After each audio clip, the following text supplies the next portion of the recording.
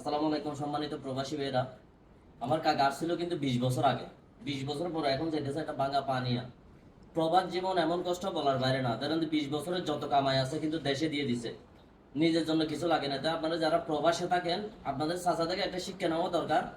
নিজের জন্য কিছু লাগেন, ফ্যামিলিরও দেন, নিজের জন্য কিছু লাগবে না। এই যে আজকে কিন্তু এই টাকার মেশিনটা কিন্তু আসল।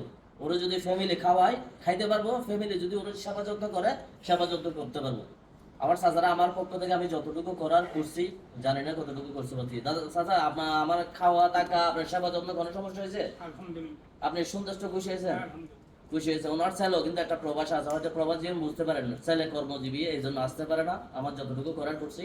তো আমি বাংলাদেশি প্রবাসী ভাই যারাই আছেন আপনারা অন্তত পক্ষে নিজের জন্য কিছু রাখেন। এই যে চাচা 20 বছরে যাইতেছে কালে হাতে, তো কিছু রাখে গেলে তো আপনার ছেলে মেয়ে ছেলে সন্তান যারা আছে আপনার সেবা করবো।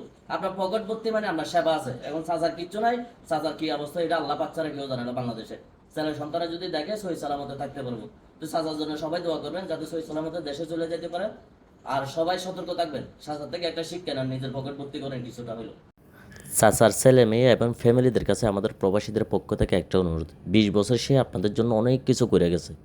আপনারা তার শেষ নিঃশ্বাস পর্যন্ত তার পাশে থাকবেন, যেন তার চোখের জল না আসে।